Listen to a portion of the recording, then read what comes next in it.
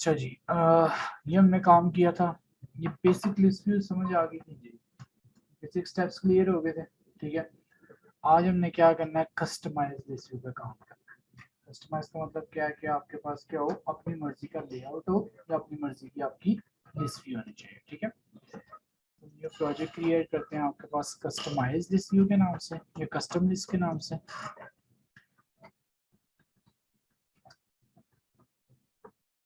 Steps आपके पास हमेशा यही होंगे, ये आपके पॉइंट याद रखना। ठीक है, स्टेप्स आपके पास हमेशा ये 5 स्टेप्स होंगे, ये आपके पास हमेशा क्या होने हैं, फॉलो होने हैं। ठीक है, सो ये हमारे पास स्टेप्स हैं जो कि हमने वन बाय वन क्या करना है, इन्हें फॉलो करना है जब भी आप जितने भी आप मुश्किल या कस्टमाइज व्यू क्रिएट करने लगे। ठीक है, ले जी।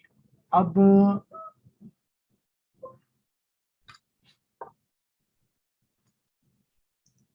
तो सबसे पहला काम सिंपल था, जैसे आप लोगों ने क्या करना है, लिस्ट व्यू का एक टैग लेना है और उसका जावा में क्या कर देना है, रेफरेंस या कनेक्शन बना देना है। ठीक है, पहला स्टेप आपको बस सिंपल सा था। आपने क्या किया, लेआउट के अंदर एक टैग ले लिया और उस टैग का नाम आपने क्या रखना है, लिस्ट व्यू। ठीक है, उसका टैग का नाम आप लोगों ने क्या रख लिया, लिस्ट व्यू रख लिया। ठीक है, चलिए जी, हमारे पास यहाँ पे आपकी लिस्ट व्यू का टैग। ठीक है, इसमें आईडी रख ली लिस्ट। ठीक है, और जावा में हमने क्या ले लिया, उसका ऑब्जेक्ट। ठीक है, ये पॉइंट तो अपने ख्याल से सबको अच्छी तरह पता चल गया होगा, ये काम हम हर जगह करते हैं। ठीक है, यहाँ पे ऑब्जेक्ट ले लिया और फाइंड व्यू आईडी के थ्रू क्या कर लिया, उसका कनेक्शन क्रिएट कर लिया। ठीक है, r.id.list। ठीक है, हम उस तरह कोई काम करते हैं। आप लोगों को याद होगा जावा में हमने स्टूडेंट पे काम किया था, प्रोडक्ट पे किया था।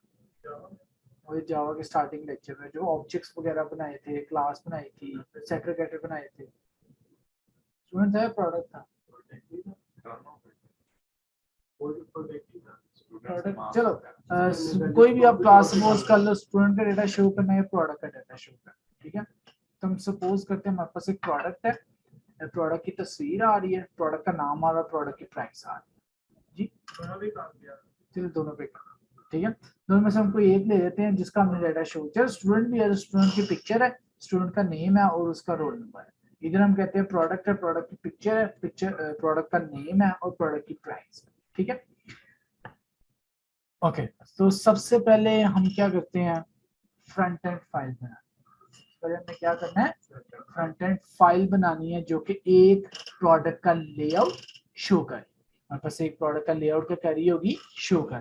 ठीक है, हम डिसाइड करते हैं कि जी लेफ्ट साइड पे इमेज आ गया, इमेज के बिल्कुल राइट साइड पे उसका नाम आ गया और बिल्कुल स्क्रीन के राइट साइड पे उसकी प्राइस आ गई। ये हमने एक लेआउट डिसाइड किया। ठीक है, सो इस तरह का लेआउट बनाने के लिए पेरेंट टैग कौन सा यूज होगा, यानी टैग कौन सा यूज होगा, जब एलिमेंट की प्लेसमेंट करनी है, रिलेटिव लेआउट। ठीक है, फाइल नेम मैंने रख लिया, इसका नाम रख दिया प्रोडक्ट अंडरस्कोर रो के नाम से। ठीक है, लेआउट ले लिया मैंने रिलेटिव लेआउट। ठीक है, तो आप लोग बताते जाएं। सबसे पहले मुझे प्रोडक्ट की एक तस्वीर चाहिए, उसके लिए कौन सा टैग यूज होगा, इमेज। ठीक है, सो मैंने इमेज व्यू एक ले ली, इमेज व्यू मैंने यहाँ पे आपके पास ले ली 100 dp बाय 100 dp।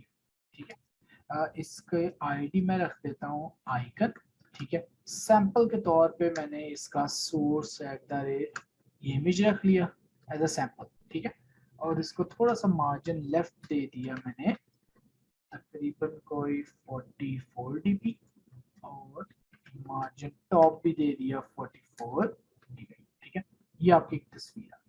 ठीक है, अब तस्वीर के राइट साइड पे मुझे क्या चाहिए, उसका नाम। तो कौन सा टैग यूज होगा, टेक्स्ट। बिल्कुल ठीक, आप लोग प्रॉपर्टीज बताते जाएं, रैप कंटेंट टेक्स्ट आ गया, फॉर एग्जांपल उसका नाम जो भी हम रखेंगे। ठीक है, उसको राइट पे लाने के लिए क्या क्या प्रॉपर्टीज लगाएं, टू राइट ऑफ, भूल गया, उसके राइट साइड पे आ जाएगा। अब जितने भी इमेज है, इमेज के राइट साइड पे आ गया कि नहीं। ठीक है, इमेज का मार्जिन टॉप 44 दिया था, इसको मार्जिन टॉप तकरीबन 60 दे देते हैं। ठीक है, इमेज के राइट साइड पे नाम आ गया, थोड़ी सी इसको भी स्पेस दे दें, मार्जिन लेफ्ट हम इसको थोड़ा सा दे देते हैं कैंडी, ये आपका नाम आ गया। इसकी आईडी क्या रखें, नेम ही रख लें, ठीक है। ये क्या आ रहा है, प्रोडक्ट का नेम आ रहा है। अब बिल्कुल नेम की लाइन में रहते हुए आपने क्या करना है, स्क्रीन के बिल्कुल राइट साइड पे प्राइस आनी चाहिए, यहाँ पे टेक्स्ट रैप कंटेंट रैप बताएं, प्रॉपर्टीज बताएं, ये इसकी प्राइस आ गई, बिल्कुल ठीक, अलाइन पेरेंट राइट, बिल्कुल ठीक, ट्रू। उसके अलावा मार्जिन कौन सा, मार्जिन टॉप कितना 60 dp, ये बिल्कुल उसके इक्वल राइट साइड पे आ गया, ठीक है। और इसको हम क्या करते हैं, थोड़ा सा मार्जिन राइट दे देते हैं, ठीक है, 3 dp, ठीक है। ये हमारे पास क्या आ गया, एक फाइल का लेआउट, एक फाइल का लेआउट। आईडी क्या रखें, आईडी क्या रखें इसकी, प्राइस ठीक है। ले जी, पहले 2 स्टेप्स हमारे पास डन हो गए, यहाँ तक क्लियर हो गया। अब ये तीसरा स्टेप थोड़ा सा आप लोग सोचो तो आप लोग कर सकते हो, एक बैकएंड क्लास चाहिए डेटा स्टोर करने के लिए, तो क्या करें, एक क्लास बनाएंगे और उसके अंदर कितनी प्रॉपर्टीज है, कितने वेरिएबल्स आ जाएंगे, 3 आ जाएंगे। एक इमेज स्टोर कर रहा होगा, एक प्राइस स्टोर कर रहा होगा और एक नेम स्टोर कर रहा होगा। जैसे हमने स्टूडेंट या प्रोडक्ट की क्लास बनाई थी, इधर भी हम क्या करते हैं, एक जावा क्लास करते हैं, अपने कोड को समझने आसानी के लिए इसका नाम क्या रख लिया, प्रोडक्ट रख लिया, ठीक है। तो इसमें कितनी हमने प्रॉपर्टीज डिसाइड की हैं, 3, ठीक है। इंट आइकन, ठीक है, स्ट्रिंग नेम कॉमा प्राइस, ये 3 हमारे पास क्या आ गई हैं, प्रॉपर्टीज, 3 हमारे पास क्या आ गई हैं, प्रॉपर्टी। एंड्रॉइड में भी एक काम बड़ा मजे का है, जैसे यहाँ पे शॉर्टकट किया देखो, ऑल्ट प्लस इंसर्ट, कंस्ट्रक्टर आ रहा है कि नहीं, कंट्रोल ए का मतलब क्या होता है विंडोज में, सिलेक्ट ऑल, ये कोड एंड्रॉइड स्टूडियो ने ये चीजों का आपका ध्यान रखना है ना। ऑल्ट प्लस इंसर्ट, ये कंस्ट्रक्टर आ गया, सबसे पहले एंटर किया, कंट्रोल ए प्रेस करो और ये कंस्ट्रक्टर ने सारा का सारा कोड, क्योंकि अब ऑब्जेक्ट बनाएंगे तो ऑटोमेटिकली डाटा इनिशियलाइज हो जाएगा कि नहीं, ये पॉइंट समझ आ गया। इसी तरह ऑल प्लस इंसर्ट, ये सेटर गेटर आ रहे हैं, कंट्रोल ए किया तो सेटर गेटर का कोड भी आपके एंड्रॉइड स्टूडियो में, ठीक है। एंड्रॉइड स्टूडियो इतना काम बस आप करते हैं, जब भी मॉडल क्लब तो सिर्फ प्रॉपर्टीज लिखो, कंस्ट्रक्टर सेटर गेटर आपका एंड्रॉइड स्टूडियो खुद कर देगा। शॉर्टकट की याद रखें क्या, ऑल प्लस इंसर्ट, ठीक है। ये हमारे पास स्टेप 3 हो गया, पैकेट क्लास बन गई कि नहीं, यहाँ तक पॉइंट समझ आ गया। ये सिंपल है, इसमें कुछ नहीं होगा, किसी से एक्सटेंड नहीं करना, ये सिर्फ डाटा स्टोर करना, क्योंकि एक ऑब्जेक्ट एक प्रोडक्ट का डाटा स्टोर कर रहा होगा। तो हमने जितने प्रॉपर्टीज यूआई में बताए हैं उतने बैकएंड में क्या होने चाहिए, वेरिएबल्स, ठीक है। याद रखें दोनों कनेक्टेड, ये वाली क्लास और ये, इधर जितनी प्रॉपर्टीज होंगी उधर इतने वेरिएबल्स। ये पॉइंट समझ आता है कि नहीं, अगर किसी रो में 6 प्रॉपर्टीज हैं तो उसका डाटा स्टोर करने के लिए पहले जनरल देखो कितनी चीजें होंगी, 6, तो वेरिएबल्स भी कितने होंगे, 6। तो क्या एक ऑब्जेक्ट एक पूरे रो क्या डाटा सेव कर सकता है कि नहीं, यानी प्रोडक्ट का एक P1 एक प्रोडक्ट का आइकन नेम और प्राइस सेव कर सकते हैं कि नहीं, ठीक है ना, ये वो काम करता है, ठीक है।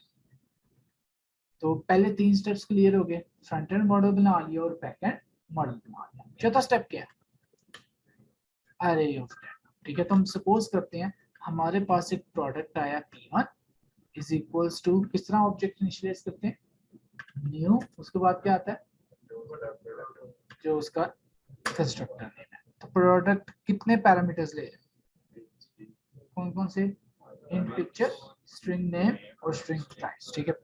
पिक्चर मैंने बताया था, आप लोग यहाँ से मैं रैंडमली 2-3 गेट करता हूँ, क्योंकि 2 गेट करता हूँ उन्हीं को डुप्लीकेट कर देंगे, ठीक है। एक पिक्चर हमने यही कर ली 1 के नाम से, ठीक है। और इसी तरह रैंडमली मैंने एक और पिक्चर कर ली 2 के नाम से।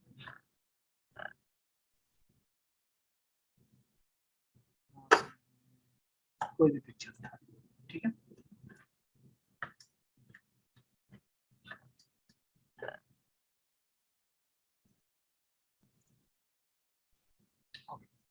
पहला पैरामीटर क्या है, पिक्चर, दूसरा पैरामीटर नाम और तीसरा पैरामीटर प्राइस, ठीक है। तो मैंने दिया r डॉट ड्रॉएबल डॉट 1, ये क्या आ गई पिक्चर। सेकंड पैरामीटर है नाम, आपका नाम क्या है, ठीक है।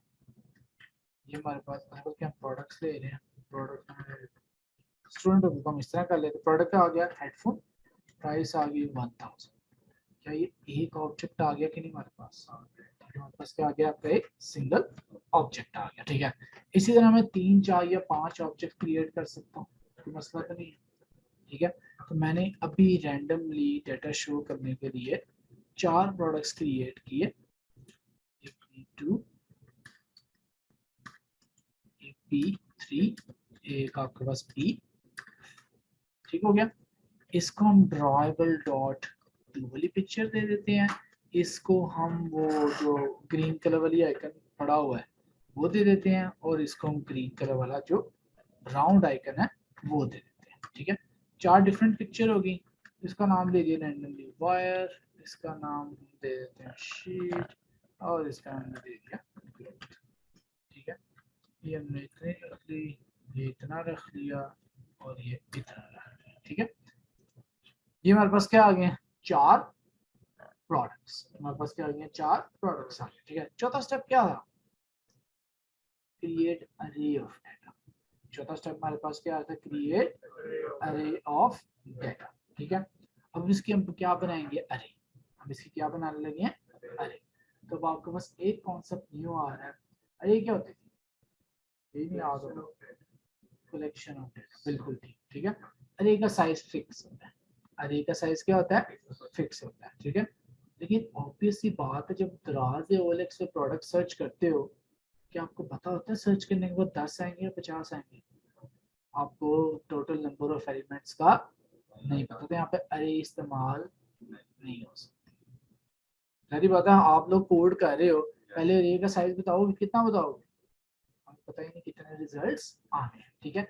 तो यहाँ पे एक कॉन्सेप्ट आप लोगों के पास न्यू आ रहा है, वो आ रहा है लिस्ट के नाम से, predefined Java class, predefined Java class, ठीक है। हमने लिस्ट क्रिएट की, लिस्ट की टाइप बता दी, फॉर एग्जांपल स्ट्रिंग, ठीक है। इसका नाम रख लिया names is equals to new array list. अब ये आपके पास एक क्लास आई है न्यू आज की, किस नाम से, लिस्ट के नाम से, ठीक है। और ये ब्रैकेट्स में है, in less than greater then के साइन में क्या आ गया, उसकी डाटा टाइप, यानी इस लिस्ट के अंदर किस तरह का डाटा होगा, स्ट्रिंग टाइप, ठीक है। अब लिस्ट और अरे का बस फर्क ये है, लिस्ट का साइज डायनामिक है, एलिमेंट ऐड करते जाओगे तो साइज बढ़ता जाएगा, एलिमेंट रिमूव करते जाओगे तो साइज कम होता जाएगा। जिसका फायदा ये है, आपने सर्च किया और 10 प्रोडक्ट आए, तो आपके कोड में जो लिस्ट क्रिएट होगी उसका साइज क्या होगा, 10। आपने सर्च किया 50 प्रोडक्ट्स आए, तो लिस्ट का साइज ऑटोमेटिकली क्या हो जाएगा, 50 हो जाएगा। जिसका फायदा समझ आया, साइज डिफाइन नहीं करना पड़ेगा, ये सबसे इसका फायदा है नहीं, ठीक है। ताकि कम डाटा आए तो कम आपके पास हो जाए स्टोर, ज्यादा आए तो ज्यादा भी स्टोर करेंगे, वही डाटा आएगा, हाँ नहीं वो भी कैसे आएगा वो बाद में करेंगे, मैंने एग्जांपल के तौर पर बताया, ठीक है। लेकिन आज अब 6 स्टूडेंट हो, कल 8 भी हो सकते हैं, अगले दिन 4 भी हो सकते हैं, ठीक है। तो ऐसा मैंने कंपोनेंट यूज करना है जो फ्लेक्सिबल, बस ये इसका डिफरेंस है। इसका साइज क्या है, फ्लेक्सिबल है, मतलब कम या ज्यादा हो सकता है। ये पॉइंट समझ आया सबको, ओके। अब देखते हैं इसमें एलिमेंट्स ऐड किस तरह करते हैं, तो डॉट ऐड का फंक्शन है दैट्स इट।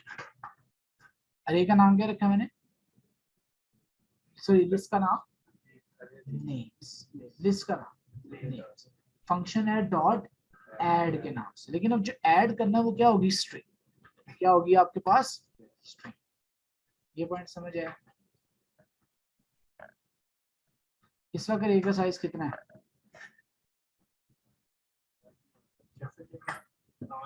लिस्ट का साइज इस वक्त कितना है, ये नेम्स वाली वन ये नेम हो खुद ही स्ट्रिंग इसको देंगे जो सी मर्जी। अच्छा 2 पॉइंट देखें। पहला पॉइंट ये कि इसको हम डाटा क्या पास करें। ऐड के फंक्शन में आपको इंट भी तो आ सकता है, स्ट्रिंग भी तो आ सकती है, बूलियन भी आ सकता है। ऐड के फंक्शन में वो डाटा आएगा जो यहाँ पे डाटा टाइप डिफाइन करोगे, ठीक है। उधर आप डाटा टाइप इंट या स्ट्रिंग लिखते हो, यहाँ पे इस less than greater than sign के अंदर आपने डाटा टाइप डिफाइन किया। डिपेंड आया समझ के नहीं, ठीक है। अब यहाँ पे देखो मैंने एक एलिमेंट यहाँ पे स्ट्रिंग ऐड किया, तो इस अरे या लिस्ट का साइज कितना हो गया, ठीक है, ठीक है। अब साइज कितना हो गया, 6 हो गया, ठीक है। फिर नेम्स डॉट रिमूव करोगे तो एक साइज कम हो जाएगा, ठीक है। फिर आप इस तरह करते हो नेम्स, आप लोग इस तरह करते थे ना जीरो इंडेक्स से, ऐसे अब इधर सिर्फ डिफरेंस क्या है, ब्रैकेट की जगह फंक्शन पड़ा हुआ डॉट गेट के नाम से, इस तरह आपका डाटा है। लिस्ट और अरे में ये डिफरेंस है। इसको हमने ये भी डिफाइन करना है कि हमारे पास इसमें कितने प्रोडक्ट्स पड़े, इसको हमने डिफाइन यानी कि ये नहीं, इसको हमने डिफाइन नहीं करना। ये अगर 6 के बाद आगे जाके 12 है तो ऑटोमेटिकली इसका साइज 12 हो जाएगा, ऑटोमेटिक हो रहा है, ठीक है। सो ये लिस्ट वाला काम समझ आया सबको, ठीक है। अब हम अपनी लिस्ट बनाते हैं जिसमें प्रोडक्ट से डाटा लेना है। इसकी टाइप क्या हो जाएगी जी, आप तो भी है आपको क्या होगी टाइप इसकी, इसमें सारे प्रोडक्ट का डाटा सेव करना है। प्रोडक्ट क्या, इसके ऑब्जेक्ट सेव करने हैं ना, ये सेव करने हैं ना, ठीक है। जब जब स्ट्रिंग सेव करनी थी तो स्ट्रिंग आ गया, जब ये P1 P2 P3 सेव करना तो क्या आ गया, प्रोडक्ट। अगर स्टूडेंट होता तो स्टूडेंट, टीचर होता टीचर, क्लास होता तो क्लास। इसका नाम क्या रखें, पी कुछ भी लेकिन थोड़ा अच्छा नाम रखे, इसका नाम रखते हैं प्रोडक्ट्स। इसका नाम क्या रखते हैं, product is equals to new, ये हमेशा सेम आएगा, न्यू वाला काम सेम है। अभी लिस्ट का साइज या अरे का साइज कितना है, 4 है, 0 है, अभी तो ऐड तो किया नहीं है, 4 कहां से हो गया, ठीक है। जैसे ही मैंने किया प्रोडक्ट्स डॉट ऐड और P1, अब साइज कितना हो गया 1, अब साइज कितना हो गया 2, अब साइज कितना हो गया 3, अब साइज कितना हो गया 4। ये अप्रोच होती है। उबैदुल्ला हम ये काम कर रहे हैं जो मैंने लास्ट टाइम आप लोगों को लिस्ट पढ़ाई थी जिसमें 5 हमारे पास क्या आ रहे थे, स्टेप्स आ रहे थे, ठीक है। पहला स्टेप आपके पास एग्जैक्टली बिल्कुल सेम होगा। हमने क्या करना है, एक्टिविटी में लिस्ट व्यू का एक टैग लेना है और जावा में उसका ऑब्जेक्ट, ये स्टेप बिल्कुल सेम है, ठीक है।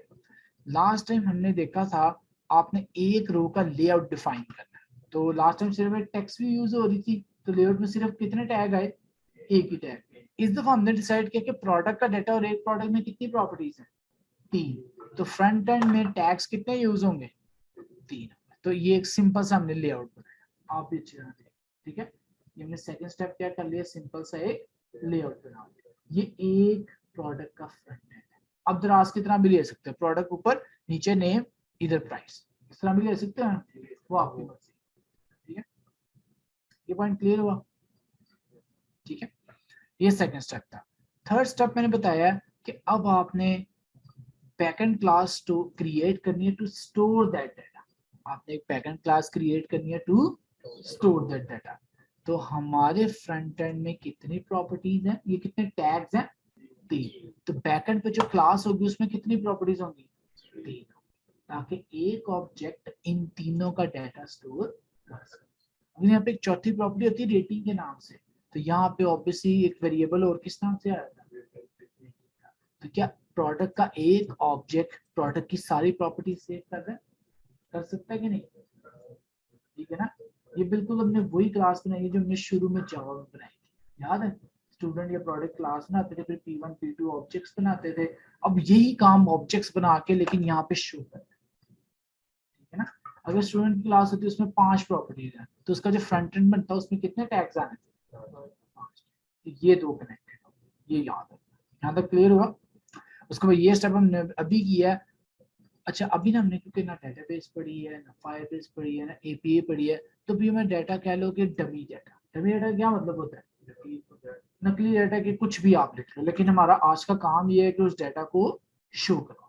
आज का काम हमारा ये नहीं है डाटा असली किस तरह आएगा, मेन काम क्या है, डाटा को शो करो। ठीक है, तो ये हमने के 4 स्टेप क्या कर लिया, अपना डाटा क्रिएट कर लिया, यहाँ तक काम हो गया। अब लास्ट काम क्या रह गया, काम थोड़ा सा नहीं रह गया, यहाँ पे अब सारा काम हो रहा है। ठीक है, ये अलग क्लास बनेगी, कॉम्पैक्ट से एक्सटेंड करते रहे हैं, फ्रैगमेंट से एक्सटेंड करते रहे हैं। लास्ट टाइम व्यू पेजर के लिए किससे एक्सटेंड किया था, फ्रैगमेंट पेजर अडॉप्टर से। ठीक है, तो अब जब आपने लिस्ट व्यू पे काम करना होता है, हम अपने क्लास को एक्सटेंड करते हैं बेस अडॉप्टर से, बेस अडॉप्टर से, बेस अडॉप्टर। ठीक है, बेस अडॉप्टर। ठीक है, तो कोशिश किया करें जिस तरह की आप लोग लिस्ट बना रहे हैं ना, प्रोडक्ट अडॉप्टर के नाम से क्लास बना लें, ताकि आप लोगों को याद रहे। स्टूडेंट की लिस्ट शो करनी हो तो नाम क्या रखो, स्टूडेंट अडॉप्टर। टीचर की लिस्ट शो करनी हो, टीचर अडॉप्टर। ठीक है, लैपटॉप्स की लिस्ट शो करनी हो, लैपटॉप्स अडॉप्टर। ठीक है, तो जी अभी ये सिंपल जावा क्लास है। ठीक है, हम करते आए हैं यही काम शुरू से, जब भी आपने कोई फीचर लेना है उसको किसी न किसी प्री डिफाइंड क्लास से एक्सटेंड करना है। इधर हम एक्सटेंड करेंगे किससे, बेस अडॉप्टर से। किससे एक्सटेंड करना है, बेस अडॉप्टर से। फिर हम ये भी देखते हैं कुछ क्लासेस में ऐसा होता है कि एक्सटेंड करते हैं तो आपको कुछ फंक्शंस ओवरराइड करना लाजमी है। ठीक है, एरर आ रहा है, शॉर्टकट की क्या थी बोला, all plus and. Implement methods आया तो 4 फंक्शंस हमने 4 फंक्शंस ओवरराइड करने हैं। एक्चुअली जो हमारा काम होगा ना वो इन 2 फंक्शंस में है, गेट व्यू और गेट काउंट। ठीक है, अभी हम इसको देखते हैं कि इनमें क्या काम करना है। लो जी, अडॉप्टर बन गया हमारे पास। अडॉप्टर का मैंने बताया था, अडॉप्टर ने क्या करना है, सारा का सारा डाटा एक एक रो बनाकर क्या करना है, इस लिस्ट व्यू के अंदर शो करना। अडॉप्टर का ये काम कैसे करना है, इसको समझना। उससे पहले इसमें कोई क्वेश्चन आया तो पूछा, पहले 4 स्टेप्स क्लियर हो गया अच्छी तरह। पहले 2 स्टेप तो सिंपल है, एक्सएमएल में टैग लिया, फाइंड व्यू बाय आईडी, और दूसरा हमने क्या कर लिया, एक रो का लेआउट बना दिया। थर्ड स्टेप क्या था, एक बैकएंड क्लास बनाई जिसमें एक रो का डाटा सेव हो, यानी वो उसकी कैपेसिटी होगी वो इतने वेरिएबल सेव कर सकता है। और चौथा स्टेप क्या कर लिया, उस क्लासेस की अरे या लिस्ट बना दी। सर जो आपने क्लास में जो डाटा स्टोर करने के लिए डाटा स्टोर करने के लिए उसको बिल्कुल। सर से कनेक्ट नहीं करना पड़ेगा, मतलब किसी चीज से। एक तो होता है ना लेआउट के लिए कनेक्ट करते थे, हाँ, तो उसमें वो नहीं, लेआउट नहीं कनेक्ट करना पड़ेगा अपना किसी के साथ। ये भी डाटा स्टोर आप चाह रहे हो कि इस डाटा को जो मैंने स्टोर करवा रहा हूँ उसको शो भी तो करवाना है, वो डॉक्टर के अंदर सारा काम करना है, वो सारा काम करना है। ठीक है, तो पहले 4 स्टेप्स आपके हमेशा सिंपल होते हैं। यहाँ तक क्लियर हो गया। ओके, अब एक ना बड़ा लॉजिकल सा क्वेश्चन है, इसका सोच के आंसर देना है। ये डाटा पड़ा हुआ है मेन एक्टिविटी में, ठीक है, लेकिन डाटा शो किस क्लास ने करना है बोला, तो क्या मेन एक्टिविटी से डाटा मैं यहाँ पे सेंड कर सकता हूँ किसी तरह, सोचो जरा। मेन एक्टिविटी से अडॉप्टर क्लास को डाटा सेंड करना है कैसे, इंटेंट के थ्रू सर सेंड कर सकते हैं। नहीं वो एक्टिविटीज के अंदर होता है। एक जावा क्लास है दूसरी क्लास में जावा क्लास में डाटा कैसे सेंड करते हैं, छोटा काम करते हैं। यहाँ पे एक पड़ा हुआ है int I is equals to 100, मुझे ये I यहाँ पर चाहिए, ऐसे for example इधर कर लिया int v इज इक्वल, बल्कि एक v बना लिया, किस तरह इस I की वैल्यू v में स्टोर हो जाए, इस I की वैल्यू इस v में स्टोर हो जाए, कैसे करेंगे। फिर सर इसका कंस्ट्रक्टर बनाएंगे, वहां से इसको पास करें इंट को। क्या एक फंक्शन या कंस्ट्रक्टर बना के उसको पास सेंड कर सकते हैं कि नहीं। ये देखो फॉर एग्जांपल मैंने फंक्शन बनाया void set, और इधर एक पैरामीटर ले लिया int I, ये चीज समझ में आती है, और मैंने कह दिया v is equals to I, ये पॉइंट समझ में आता है। तो जब मैं इधर से अगर सेट कॉल करूंगा, तो जब भी हम फंक्शन बनाते हैं पहले ऑब्जेक्ट बनाते हैं डॉट लगा के फंक्शन, अगर मैं यहाँ से सेट कॉल करूँ उसको पास कर दूं I, तो क्या I v में स्टोर हो गया कि नहीं, ये पॉइंट समझ आया। याद रखनी है ये चीज। जब भी आप किसी भी डेटाबेस की क्लास, फायरबेस की क्लास, अडॉप्टर की क्लास, मेन एक्टिविटी से दूसरी एक्टिविटी नहीं, किसी और जावा फाइल में डाटा सेंड करना हो ना, तो आप वो कंस्ट्रक्टर या फंक्शन के थ्रू कर सकते हैं।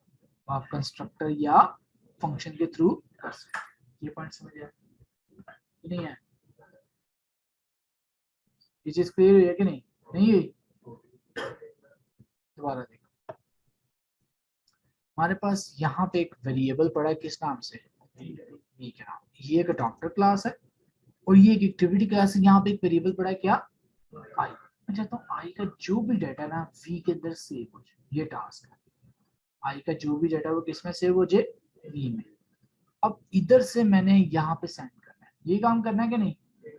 मैं क्या करता हूँ, इस क्लास में एक फंक्शन बनाया, किस नाम से? सेट के नाम से। उसको पैरामीटर में क्या दे दिया? आई। तो अगर मैं यहाँ से सेट कॉल करूँ, पैरामीटर आई सेट करना पड़ेगा कि नहीं? तो कॉल करके दिखा दूं। चलो जी, हमने बनाया, ये तो याद है ना, जब भी कोई फंक्शन कॉल करना होता है पहले ऑब्जेक्ट बनाते हैं, फिर ऑब्जेक्ट के साथ डॉट लगा के फंक्शन को कॉल करते हैं। ये मैंने आई सेंड कर दिया। क्या ये जो आई 100 था इस सेट के फंक्शन में चला गया कि नहीं? क्या इस आई के अंदर स्टोर हो गया कि नहीं? इस आई में क्या पड़ा है? 100।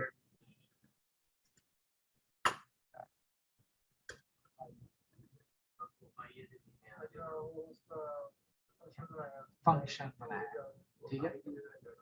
अब वी में भी क्या स्टोर हो गया? फंक्शन में वैल्यू सेंड कर रहे हैं और फंक्शन वैल्यू लेके उसके ग्लोबल वेरिएबल में सेव कर रहे हैं। ये पॉइंट समझ आया कि नहीं? ये चीज क्लियर हुई? लेकिन हम कोशिश करते हैं जितना भी डाटा इनिशियलाइजिंग वाला काम है वो किस में करवा लो? कंस्ट्रक्टर में, ताकि सबसे पहले इनिशियलाइजेशन हो। सबसे पहले क्या हो जाए? इनिशियलाइजेशन। यार अब किया तो हुआ, याद है मेरे स्टूडेंट का कंस्ट्रक्टर बनाया तो उसमें नाम लेते थे, डाटा सारा लेते थे कि नहीं, और फिर उसके वेरिएबल्स में जाके सेव हो जाता था कि नहीं? वो तो एक ही क्लास एक ही जावा में बनाया। वो एक, क्योंकि मेन फंक्शन था, तो मेन फंक्शन आप सेपरेट भी कर सकते हैं, ठीक है ना? ये पॉइंट समझ आया? जब भी डेटा सेंड करना है एक क्लास से दूसरी में, कंस्ट्रक्टर या किसी भी फंक्शन में कर सकते हो, लेकिन कंस्ट्रक्टर का फायदा है कि सबसे पहले वो काम हो जाए, क्योंकि कंस्ट्रक्टर भी एक क्या है? फंक्शन। अब हमने मेन एक्टिविटी में क्या करना है? ये डाटा सेंड, मेन एक्टिविटी में क्या करना है? डाटा सेंड करना है। तो इधर हम चाहते हैं, इधर कंस्ट्रक्टर अब जो बनाएंगे उसको पैरामीटर में क्या देना पड़ेगा? ये देखो, आपने बताना कि ये मेरे पास एक ऑल्ट इंसर्ट कंस्ट्रक्टर आया, इसके पैरामीटर में क्या दूं मैंने? चलो एक दो दोबारा रिपीट करते हैं। अगर मैंने string s is equals to Ali ये सेंड करनी है कंस्ट्रक्टर में, कंस्ट्रक्टर में इधर क्या लिखूं? खाली s लिख दूं? इधर लिखें स्ट्रिंग सर, डाटा टाइप ही है। ये पॉइंट समझ आया कि नहीं? ओके। अब मैंने प्रोडक्ट सेंड करने इसकी डाटा टाइप किया है, डाटा टाइप किया है, तो यहाँ पे भी क्या आ जाएगा? लिस्ट। ये पॉइंट समझ आया? अगर अली सेंड करना है तो अली की डाटा टाइप क्या है? स्ट्रिंग, तो मैंने यहाँ पे स्ट्रिंग एस लिख दिया। अगर मैंने प्रोडक्ट सेंड करना है, इसकी डाटा टाइप क्या है? लिस्ट ऑफ प्रोडक्ट, तो इधर भी क्या आ जाएगा? लिस्ट प्रोडक्ट का आगे प्रोडक्ट की नेम वो नहीं आएगा? वो नाम अभी लिखेंगे, ऑब्वियसली आएगा। जिसका नाम एक्चुअली अक्सर वो कंफ्यूजिंग करते हैं कि ये भी प्रोडक्ट्स है ये भी है, तो इसका नाम आपकी मर्जी है, क्या रख, ऑल रख लूं, सिर्फ सेम रखता हूँ तो अक्सर वो कंफ्यूज कर देते हैं कि ये वो है वो है। आप अपनी आसानी के लिए कोई भी नाम बताओ, क्या रख? डाटा रख, ठीक है। ये हमारा प्रोडक्ट्स का सारा है। ये लिस्ट प्री डिफाइंड क्लास है, ये अरे का अल्टरनेट है, अरे का अल्टरनेट है, ठीक है। यहाँ तक समझ आ गई? ठीक है। लो जी, अब हमने क्या किया, जैसे ही अपने इस प्रोडक्ट अडॉप्टर का एक ऑब्जेक्ट बनाया, adapter is equals to new product adapter, तो ये पैरामीटर में से क्या मांग रहा है भला? लिस्ट। तो यहाँ पे आप बताओ क्या लिखूं? मतलब से यार, इसीलिए नाम डिफरेंट किया था कि समझ रहे, कि सेम ही रख लो नाम। ये देखो ना, यहाँ से प्रोडक्ट्स इस अडॉप्टर के पास चलेगा कि नहीं? इसमें सेव होगी कि नहीं? हाँ, अब यहाँ पे हम कोई वेरिएबल लेते हैं और उसमें सेव, वो भी लिस्ट ही होगी, वो भी लिस्ट ही होगी, ठीक है। इसका नाम भी हम डेटा रख लेते हैं, इसका नाम भी क्या रख लेते हैं, डेटा, ठीक है। अच्छा सर, लो जी, ये लिस्ट के अंदर जो प्रोडक्ट है ये प्रोडक्ट क्लास है? जी बिल्कुल, ये हमारी कस्टम क्लास है जिसमें ये 3 प्रॉपर्टीज है, ये वाली, ठीक है। ठीक। यहाँ तक समझ आया कि ये एक जगह से दूसरी जगह डाटा सेंड करना आया कि नहीं, डाटा हो, प्रॉपर्टी हो, 2-3 डाटा एलिमेंट्स हो, 4 बुलियन हो, सब कुछ हो जाएगा सेंड। अब पॉइंट ये है कि बल्कि ये हमने किया, आपको पता होना चाहिए हम इस डाटा वाले एलिमेंट को इसमें स्टोर क्यों करवा रहे हैं, बोला मैंने बताया भी था। फॉर एग्जाम्पल इसका नाम रख लिया ऑल डाटा, इधर हमने किया all data is equals to data.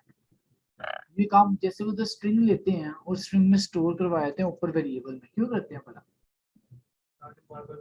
ताकि बार बार इसकी जरूरत पड़े। मैंने बताया था जो चीज आपके पास फंक्शन में आती है, जैसे ही फंक्शन होता है मेमोरी से खत्म, ये भी भूल गए हो आप, आपकी शक्लों से पता चल रहा है, पूछ लो। ये जो डाटा का अच्छा फिलहाल इसको अगर खत्म कर दें, इसको भी खत्म कर दें, यहाँ तक समझ आ गया, ये भी खत्म, ये भी खत्म, यहाँ तक समझ आ गया। डेटा सेंड हो, डेटा मेन एक्टिविटी से जो प्रोडक्ट्स का डाटा है यहाँ इस डाटा में सेव हो गया, ये समझ आ गया। सर मेल के अंदर जाके वो ऑब्जेक्ट बनाया, ऑब्जेक्ट बनाया और उसके कंस्ट्रक्टर में पास कर और इधर रिसीव कर, ये समझ आ गया। ओके, तो दोबारा रिपीट करता हूँ, हमारे पास कॉन्सेप्ट ये था, कोई भी वेरिएबल, ऑब्जेक्ट, बूलियन, अरे, लिस्ट, नंबर ऑफ ऑब्जेक्ट्स जिस फंक्शन के अंदर आए, जैसे फंक्शन हो खत्म होगा मेमोरी से खत्म हो जाएंगे। तो ये जो डाटा आया जैसे ही फंक्शन होगा खत्म, तो मेमोरी से क्या हो जाएगा, डाटा खत्म हो जाएगा। तो हम क्या करते हैं, ग्लोबल वेरिएबल में सेव। अच्छा वेरिएबल ये है, यहाँ पे वेरिएबल डाटा, अच्छा यहाँ पे मैंने किया इंट आई, ये आई कब खत्म होगा मेमोरी से, जैसे फंक्शन क्या हो जाएगा, खत्म हो जाएगा। लेकिन ना मुझे डाटा यहाँ पे भी जरूरत पड़नी है, यहाँ पे भी जरूरत पड़नी है, या एक आई कह लो मुझे यहाँ पे भी जरूरत पड़नी है, तो अच्छी अप्रोच नहीं है इंट आई को यहाँ पे बनाया जाए। ये कब खत्म होगा, मतलब जब ये पूरी क्लास खत्म होगी, ये प्रोडक्ट डॉक्टर की पूरी क्लास खत्म होगी, ठीक है। तो इसलिए हम क्या करते हैं, ये लिस्ट ऑल डाटा यहाँ पर क्रिएट कर लेते हैं, ठीक हो गया। और ये हमने किया all data is equals to क्या आ जाएगा,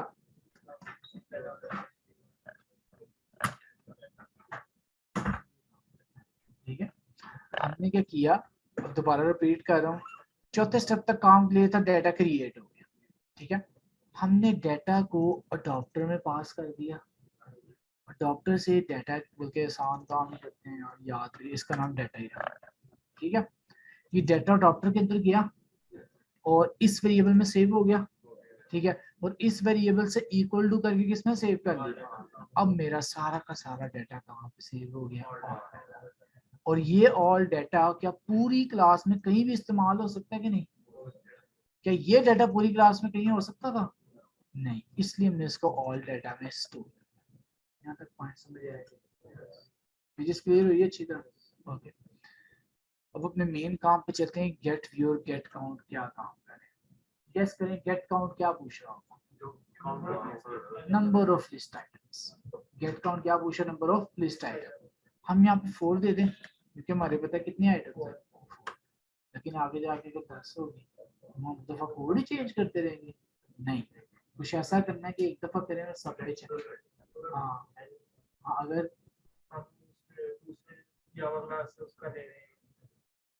वो उधर भी नहीं पता ना, नहीं वो तो एक ऑब्जेक्ट है। इसी तरह हम लिस्ट का साइज ले, ये अच्छा काम है कि नहीं, नहीं साइज का फंक्शन ऑटोमेटिकली साइज रिटर्न कर देता है, 10 एलिमेंट डालोगे वो 10 रिटर्न करेगा, ठीक है। तो फंक्शन बना पड़ा, बस फंक्शन का नाम बताओ, नाम भी बड़ा आसान है। अब हमारा सारा डाटा किसमें पड़ा हुआ है, ऑल डाटा डॉट लर्ज, कितने एलिमेंट है, यहाँ से देखो 4, तो साइज क्या रिटर्न कर देगा, 4 रिटर्न कर देगा। ठीक है, अगर ये वाला कोड दोबारा डुप्लीकेट कर दो, अब साइज कितना हो गया, तो ऑटोमेटिकली अडॉप्टर को पता चल जाएगा मैंने कितनी रोज शो करनी है। ये फायदा है, समझ आया गेट काउंट का क्या कहा है। जिस तरह उधर गेट काउंट पूछा है कितने नंबर ऑफ फ्रेगमेंट्स थे, इधर गेट काउंट पूछा है कितने नंबर ऑफ लिस्ट आइटम्स। यहाँ तक क्लियर हुआ, ये पॉइंट समझ आ गया। डेटा सेंड करना अच्छी तरह आया कि नहीं। ओके, अब फॉर एग्जांपल एक और चीज देखो, ये क्या होता था, ये बड़ी दफा हमने किया, ये क्या होता था, इसका नाम मैं कुछ मिशा देता था, सही बोला, बोलो, ये कॉन्टेक्स्ट। ठीक है, अब फॉर एग्जांपल मैंने यहाँ पे टोस्ट करवाना है कि यहाँ पे product adopter dot this use कर सकता हूँ कॉन्टेक्स्ट के लिए। सारे कोड भी चीज बताई थी, कॉन्टेक्स्ट सिर्फ एक्टिविटीज का होता है, सिर्फ एक्टिविटीज का होता है। ठीक है, अब फॉर एग्जांपल मुझे यहाँ पे कॉन्टेक्स्ट चाहिए, क्या मैं कॉन्टेक्स्ट सेंड कर सकता हूँ कि नहीं। सिंपली क्या होगा, इधर एक ऑब्जेक्ट बनाना पड़ेगा किस क्लास का, कॉन्टेक्स्ट। नाम क्या रख लें, सी, नाम क्या रख लिया, सी। ठीक है, अब क्या मैं इस अडॉप्टर में second parameter main activity dot this ये सेंड कर सकता हूँ कि नहीं। तो इधर जो रिसीव करूंगा, अब कौन बताएगा, यहाँ पे क्या लिखूं, मेन एक्टिविटी, इधर कॉन्टेक्स्ट लिखें, इधर कॉन्टेक्स्ट पास हो रहा है। बिल्कुल ठीक, इधर जो वेरिएबल बनेगा उसका डाटा टाइप क्या होगी, कॉन्टेक्स्ट, इसका नाम कॉन्टेक्स्ट ही रख दिया। ठीक है, तो जिस तरह हमने डाटा ग्लोबल किया है, क्या हम सी को भी ग्लोबल कर सकते हैं कि नहीं, ये पॉइंट। अब डाटा सेंड करना अच्छी तरह समझ आया।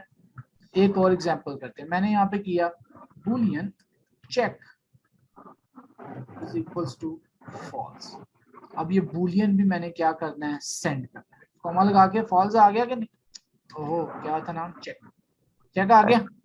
अब इधर आप बताओ क्या लिखूं, बुलियन चेक लिखें, चेक, एक वेरिएबल बना लें किस नाम से, पी के नाम, पी के नाम से, पी के नाम से, और इधर क्या हो जाएगा भला, p इज इक्वल्स टू, ये पॉइंट समझ आया। डाटा सेंड करना या कोई भी चीज सेंड करनी, क्योंकि आगे फायरबेस में भी यूज होगी, एसक्यूएल में भी यूज होगी, गूगल मैप्स भी यूज होती है कि आपने किस तरह से डाटा सेंड करना है और लोकल डाटा को ग्लोबल किस तरह। ये पॉइंट समझ आ गया सबको अच्छी तरह। ठीक है, ओके जी, गेट काउंट का काम आ गया, कितने नंबर ऑफ रोज है। ठीक है, अब जो मेन थोड़ा सा लेंथी काम आएगा वो है गेट व्यू में। गेट व्यू में आपने क्या करना है, व्यू की फाइल रिटर्न करनी है। फ्रैगमेंट में याद है व्यू के साथ हम क्या करते थे बोला, इन्फ्लेट, आया कि नहीं याद, लेयर इन्फ्लेटर डॉट इन्फ्लेट। ठीक है, फर्क ये था कि उधर इन्फ्लेटर का ऑब्जेक्ट पहले से बना पड़ा था, यहाँ पे हमें लेआउट इन्फ्लेटर का ऑब्जेक्ट खुद बनाना पड़ेगा, इधर ये। ठीक है, और इन्फ्लेटर को इनिशियलाइज भी करना है, इन्फ्लेटर को इनिशियलाइज किस तरह से करना है। अच्छा, ये ना कुछ सिस्टम सर्विसेज होती है, आगे जाके हम अलार्म पे भी करेंगे तब भी रिपीट होगा, नोटिफिकेशन पे करेंगे तब भी रिपीट होगा। जितनी भी सिस्टम सर्विसेज किस तरह इनिशियलाइज होती हैं, इक्वल टू लगा के राउंड ब्रैकेट्स में आएगा क्लास टाइप, राउंड ब्रैकेट्स में क्या आएगा, क्लास टाइप। इन्फ्लेटर की क्लास टाइप क्या है, ये इन्फ्लेटर की लेआउट।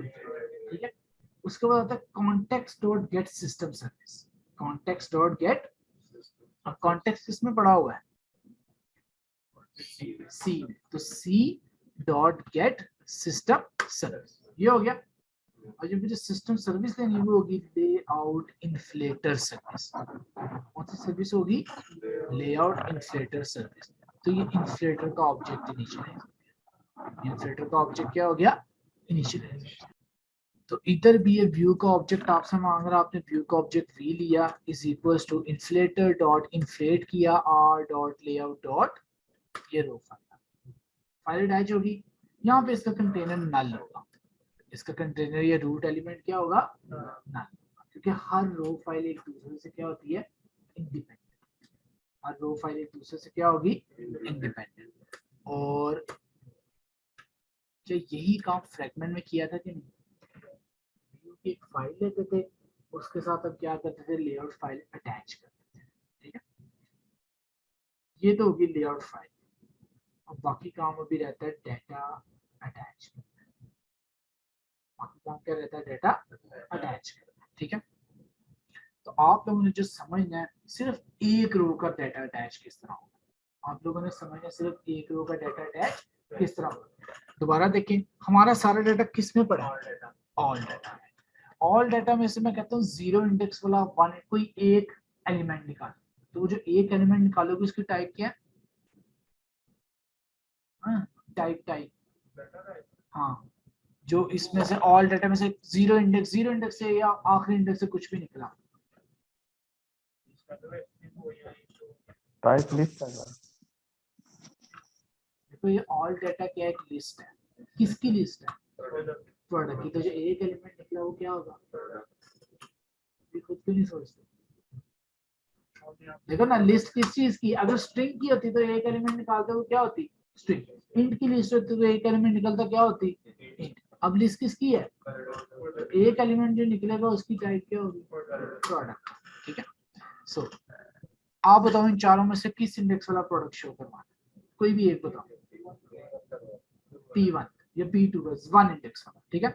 हमने किया ऑल डाटा डॉट गेट, हमने इंडेक्स दे दिया वन, ये वन वाले इंडेक्स से ऑब्जेक्ट निकल रहा है, ठीक है। इसको मैं इस तरह इक्वल टू लगा के P में स्टोर करवा सकता हूँ कि नहीं, अगर वन दिया तो P2 वाला ऑब्जेक्ट निकला है, जीरो दिया तो कौन सा ऑब्जेक्ट निकला है, थ्री दिया तो फोर वाला, ठीक है। हम करते हैं जीरो वाला, हम कौन सा करते हैं, जीरो। ये पॉइंट समझ आया, ओके। अब सिर्फ काम क्या रह गया, सेट टेक्स्ट, यहाँ तक ऑलमोस्ट काम कंप्लीट हो गया। हमने जो लेआउट फाइल ली उसमें कितने टैग्स हैं, तीन, ठीक है। और ये जो हमारे पास एक पी का प्रोडक्ट पड़ा है इसमें कितनी चीजें निकलती हैं, ये कितने वेरिएबल्स हैं, यहाँ से प्रोडक्ट की हमने तीन प्रॉपर्टीज निकालनी है, कौन कौन सी, आइकन, नेम और प्राइस। और यहाँ पे जो तीन टैग्स लिए हैं वहां पे क्या करना है, सेट। या इसमें पड़े हैं तीन टैग, और इस पी में कितनी प्रॉपर्टीज पड़ी हैं, तीन। इन तीन को उन वहां तीन टैग्स में क्या करना है, शो करना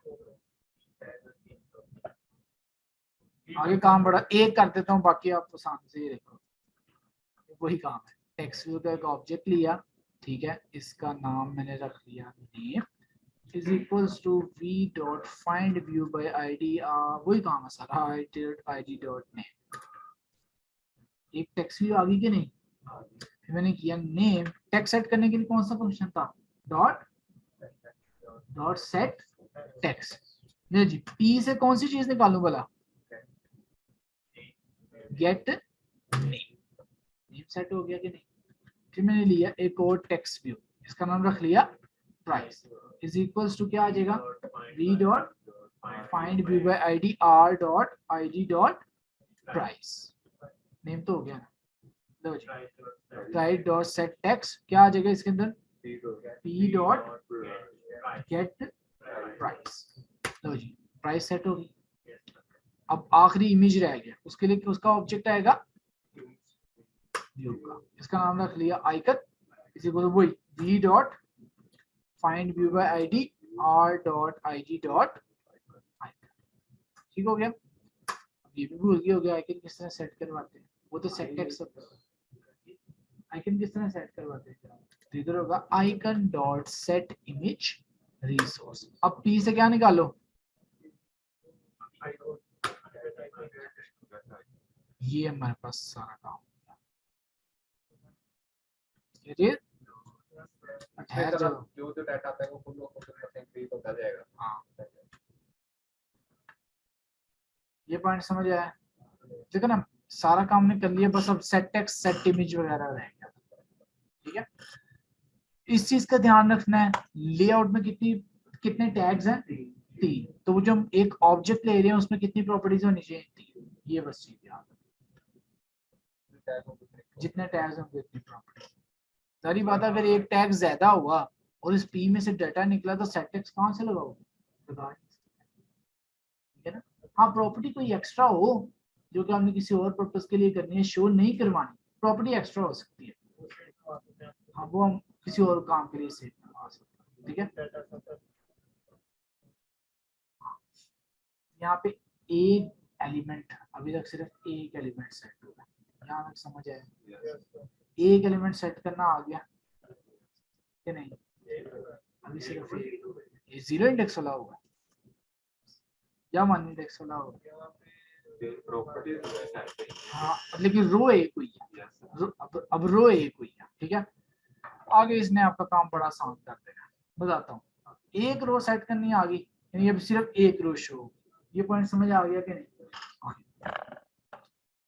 गेट काउंट ने क्या रिटर्न करना है, साइज, हमारा साइज कितना है 4, तो याद रखो जितना गेट काउंट होगा उतनी दफा ये फंक्शन चलेगा, ये इसका पॉइंट, जितना गेट काउंट है उतनी दफा ये वाला फंक्शन चलेगा। हमारा साइज देखें कितना है 4, ये फंक्शन कितनी दफा चलेगा 4 दफा, ठीक है।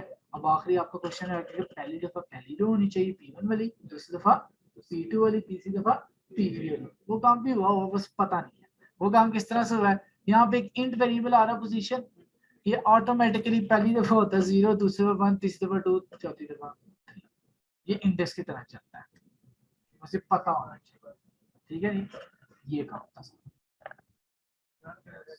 और ठहर जो रन वो बेचारे को कनेक्ट तो कर ले, इतना सारा काम कर लिया, लिस्ट के साथ कनेक्ट ही ना करें वो तो शो ही नहीं होगा, ये तो रह गया ना डॉक्टर वाला, ये लाइन ही लिखोगे तो चलेगा नहीं।